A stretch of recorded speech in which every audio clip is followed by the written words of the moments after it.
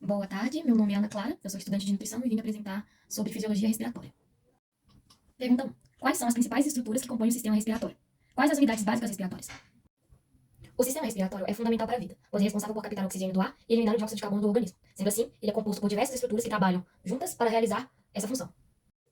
O sistema respiratório é fundamental para a vida, pois é responsável por captar o oxigênio do ar e eliminar o dióxido de carbono do organismo. Ele é composto por diversas estruturas que trabalham em conjunto para realizar essa função. Podemos dividir o sistema respiratório em duas partes principais: a porção condutora, que é composta por cavidades nasais, faringe, laringe, traqueia, brônquios e bronquíolos. Além do mais, a porção condutora tem a função de conduzir o ar até os pulmões, filtrá-lo, aquecê-lo e umidificá-lo. Já a segunda parte é a porção respiratória, que é composta pelas estruturas de bronquíolos respiratórios, ductos alveolares, sacos alveolares e alvéolos. A função da porção respiratória é realizar as trocas gasosas entre o ar e o sangue. As unidades básicas respiratórias são as estruturas microscópicas dos pulmões, onde ocorre a principal função do sistema respiratório, a troca gasosa. É nesses locais que o oxigênio do ar inspirado é transferido para o sangue e o dióxido de carbono, um produto do metabolismo celular, é eliminado do sangue para ser expelido no ar novamente. A unidade básica respiratória é composta por bronquíolo respiratório, que é a última ramificação da porção condutora dos pulmões, onde se iniciam as trocas gasosas. Ductos alveolares, que são pequenos canais que conectam os bronquíolos respiratórios aos sacos alveolares. Os sacos alveolares são agrupamentos de alvéolos, e alvéolos são pequenas bolsas de ar revestidas por uma fina camada de células e envolvidas por uma rica rede de capilares sanguíneos. E é nos alvéolos que ocorre a maior parte das trocas gasosas. Pergunta de número 2. Como funciona o processo de inspiração e o de expiração? A respiração é um processo fundamental para a vida, permitindo a troca de gases entre o organismo e o meio ambiente. Esse processo envolve dois movimentos principais, que é a expiração e a inspiração. A expiração é a saída de ar dos pulmões e a inspiração é a entrada de ar nos pulmões. No processo de inspiração, que é um processo ativo, ou seja, requer a contração de músculos, quando inspiramos, ocorrem as seguintes etapas. Contração do diafragma, que é um músculo em forma de cúpula que separa a cavidade torácica da abdominal. Ele se contrai e achata. Também há a elevação das costelas. Os músculos intercostais externos se contraem, elevando as costelas e aumentando o diâmetro da caixa torácica. Aumento do volume pulmonar. Na inspiração, com a contração do diafragma e a elevação das costelas, o volume da cavidade torácica aumenta. Consequentemente, a pressão interna dos pulmões diminui, tornando-se menor que a pressão atmosférica. Desse jeito, com essa diferença de pressão que ocorre, o ar atmosférico entra nos pulmões através das vias aéreas, seguindo um gradiente de pressão do local de maior pressão, que é a atmosfera, para o de menor pressão, que são os pulmões. Já a respiração pode ser um processo ativo, ou também pode ser, em alguns momentos, um processo passivo. A respiração passiva é a que ocorre na maior parte do tempo, ou seja, quando os músculos inspiratórios relaxam, a elasticidade dos pulmões e da caixa torácica faz com que eles voltem ao seu estado de repouso, diminuindo o volume pulmonar, e essa diminuição de volume aumenta a pressão interna dos pulmões, fazendo com que o ar seja expelido para a atmosfera. Já a expiração ativa, que é durante exercício físico intenso ou em algumas condições patológicas, a expiração pode se tornar ativa. E nesse caso ocorre a contração dos músculos intercostais internos e dos músculos abdominais que ajudam a expulsar o ar com mais força. Além da expiração e da inspiração, há também outros fatores que influenciam na nossa respiração, que são os nervos, que controlam a contração dos músculos respiratórios, ajustando a frequência e a profundidade da respiração de acordo com as necessidades do organismo. Também tem a química sanguínea, que são os níveis de oxigênio e dióxido de carbono no sangue, influenciam os centros respiratórios no cérebro, regulando a respiração. E também há outros fatores como emoção, temperatura, atividade física, doenças, que também podem afetar a nossa respiração. Pergunta 3. Quais são os volumes e capacidades respiratórias? O que elas indicam? Os volumes e capacidades respiratórias são medidas que nos permitem avaliar a função pulmonar, e eles também indicam a quantidade de ar que os pulmões podem conter e mover durante a respiração. O volume pulmonar, para ser um pouco mais específica, são quantidades fixas de ar que podem ser medidas em cada respiração. E os principais volumes são volume corrente, que é o VC, volume residual, que é o VR, volume de reserva inspiratório, que é o VRI, e tem o volume de reserva expiratório, que é o VRE. Especificando um pouco também a capacidade pulmonar, que são a soma de dois ou mais volumes, que dão uma ideia de função pulmonar total, temos em especificidades capacidade vital, que é a CV, capacidade residual funcional, que é a CRF, capacidade inspiratória, que é a CI, e capacidade pulmonar total, que é a CPT. O volume pulmonar e a capacidade respiratória é fundamental para diagnosticar e acompanhar diversas doenças pulmonares como doenças obstrutivas, como a asma, a bronquite crônica, que dificulta a saída do ar dos pulmões, e nesse caso o volume inspiratório forçado e a capacidade vital podem estar diminuídos. Também temos as doenças restritivas, como a fibrose pulmonar, que limita a expansão pulmonar, e nesse caso a capacidade vital e a capacidade pulmonar total podem estar diminuídas. Também há outras doenças, como a bronquiectasia e efizema e doenças neuromusculares, que também podem afetar os volumes e as capacidades pulmonares. A título de curiosidade, a avaliação dos volumes e capacidades pulmonares são realizadas através de um exame chamado esperiometria, que durante o exame o paciente respira em um aparelho que mede o fluxo e o volume de ar. Pergunta número 4. O que é tensão superficial? Como ela afeta o sistema respiratório? A tensão superficial é uma propriedade da superfície de um líquido que faz com que ela se comporte como uma membrana elástica. As moléculas da superfície de um líquido são atraídas pelas moléculas vizinhas, formando uma espécie de pele na superfície. E essa força de atração entre as moléculas é responsável pela tensão superficial.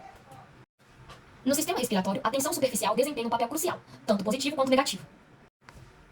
Abordando um pouco sobre o aspecto negativo, pode ocorrer o colapso alveolar, que é, os alvéolos pulmonares são revestidos por uma fina camada de líquido. Então, a tensão superficial desse líquido tende a fazer com que os alvéolos se fechem, como uma bolha de sabão que se murcha. E assim, se não houvesse um mecanismo para contrabalancear essa força, os alvéolos colapsariam a cada expiração, dificultando a reexpansão do pulmão e a troca gasosa.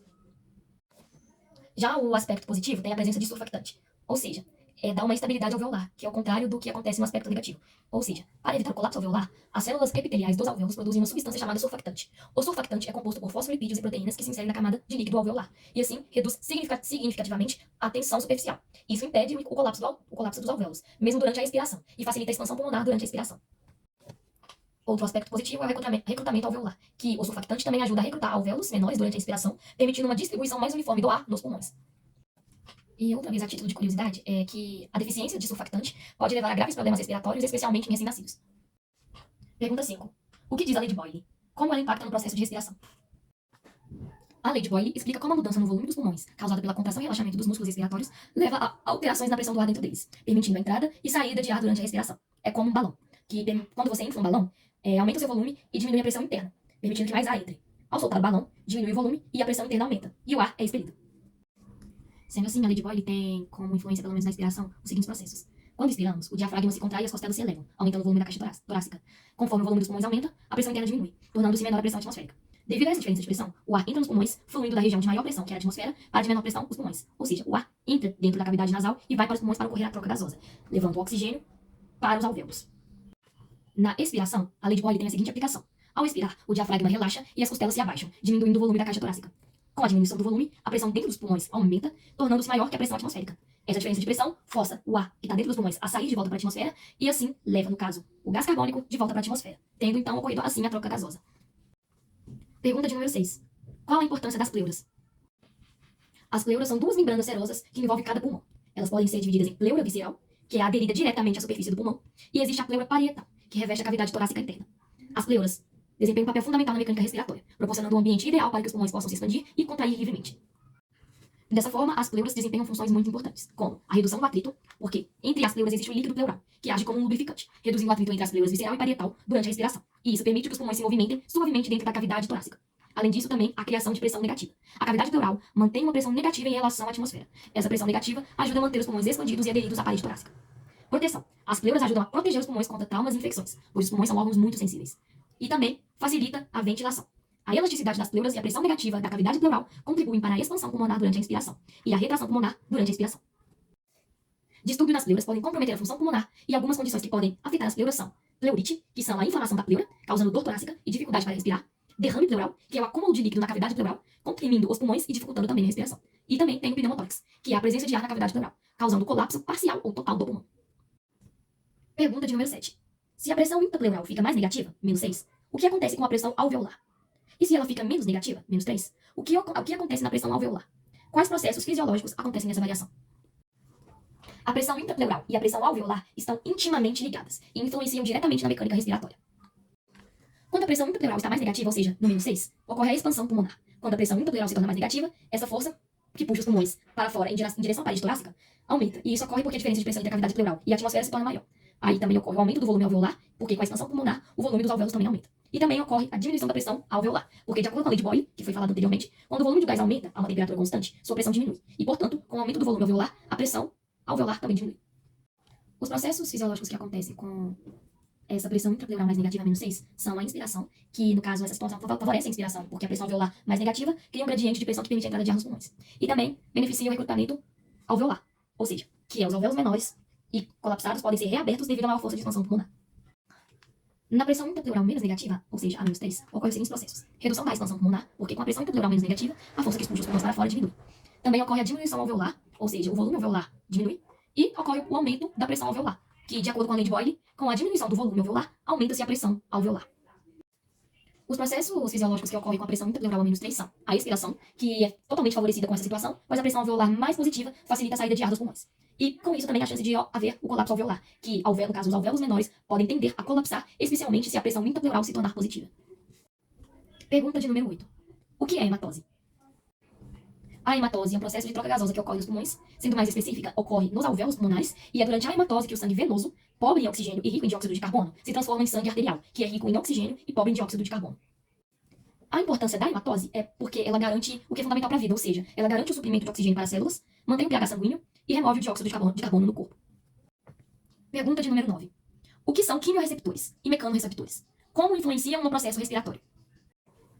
Quimiorreceptores e mecanorreceptores são tipos de receptores sensoriais especializados que monitoram as condições do organismo e enviam informações para o sistema nervoso central, mais especificamente para o centro respiratório, que controla a frequência e a profundidade da respiração. Os quimiorreceptores são células sensíveis a alterações na concentração de determinadas substâncias químicas no sangue, como o oxigênio e o dióxido de carbono, e também os íons hidrogênio. Já os mecanorreceptores são células que são sensíveis a estímulos mecânicos, como o estiramento dos pulmões. Quimiorreceptores e mecanorreceptores desempenham um papel crucial na regulação da respiração. Os quimiorreceptores monitoram a composição química do sangue, enquanto os mecanorreceptores monitoram o grau de distensão dos pulmões. Juntos, eles garantem que a ventilação seja ajustada de acordo com as necessidades do organismo, mantendo os níveis de O2 e CO2 dentro dos limites adequados.